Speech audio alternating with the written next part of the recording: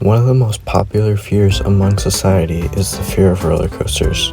This is probably because of the fact that society has made roller coasters and/or flat rides seem like literal death traps that try to kill you if you even dare to step foot on it. But if you're scared of roller coasters, stick around because today we'll be going through different safety mechanisms and breaking down a movie clip from a famous movie.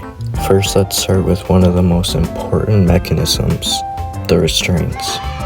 The restraints are the only reason you stay inside the car during the roller coaster and not fly out. Nice. Most modern day restraints are hydraulic restraints. These are really complicated, but at the same time, they're really not. So I'm going to do my best to explain how they work. The system uses hydraulic fluid, which is pressurized to operate the restraint. Hydraulic cylinders are connected to the restraint system. When the ride operator activates the system, hydraulic fluid flows into the cylinder, causing the restraint to move into place and secure the rider. The fluid pressure holds the restraint in the closed position, ensuring it stays secure during the ride.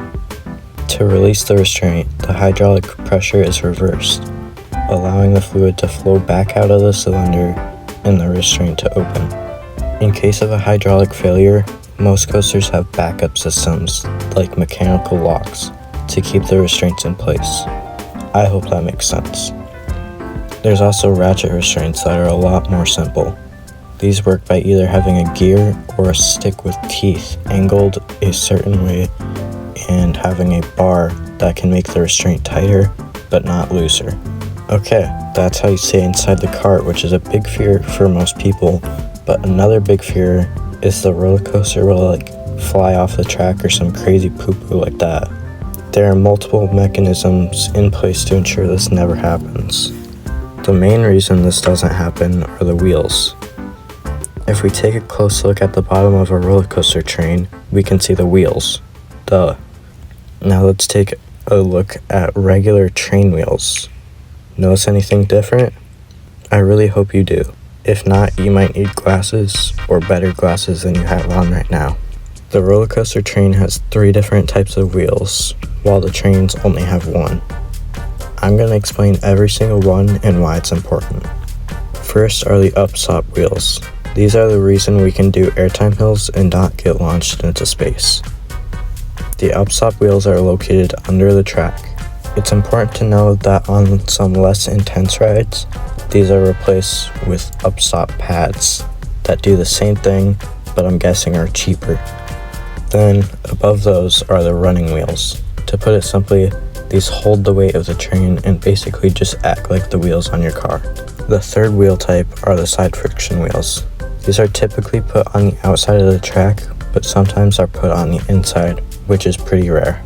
These help the train from not flying off to the side and deal with the lateral forces you will experience when taking turns and stuff like that.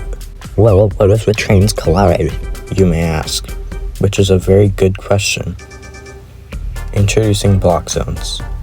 At the end of every block zone and the beginning of every block zone, there's a mechanism known as a block zone break, or block breaks for short. Block zones are sections of the track where only one train may occupy. Block zones are sections of the track where only one train may occupy. If the block zone ahead of your train is still occupied, your train will stop at the block zone breaks before the occupied zone. This ultimately keeps the trains from colliding. If you want, you can go watch any El Toro Ryan Problematic Coasters video, and there's 100% chance he'll explain them better than I did. It's probably gonna suck, but to be honest, if you just want to practice POVs on here, and you just hold your arm and just like, hey, how close can I put this to my face? You guys see my sweat? Salty water is dripping out of my forehead right now, and everywhere else in my body. Salty water is dripping out of my forehead right now, and everywhere else in my body. It's really strange. It's also worth mentioning the statistics of getting hurt or dying on a roller coaster too. The chances of getting injured on a roller coaster is 1 in 15.5 million. That's already pretty low, but the chances of dying on a roller coaster, 1 in 750 million. You are way more likely to die on the way to the theme park, whether it be a car accident or plane crash, with the chances of being in a fatal plane crash being just 1 in 11 million. And the chances of being in a fatal car crash? 1 in 93. Yeah, let that sink in.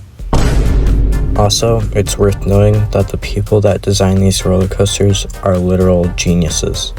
If you've thought of it, they've already got it taken care of. There's also not as significant, but still very important safety measures, such as anti-rollback systems on the lift hills so you don't fall backwards. Not being able to hit your hands or legs on ride supports and objects during the ride.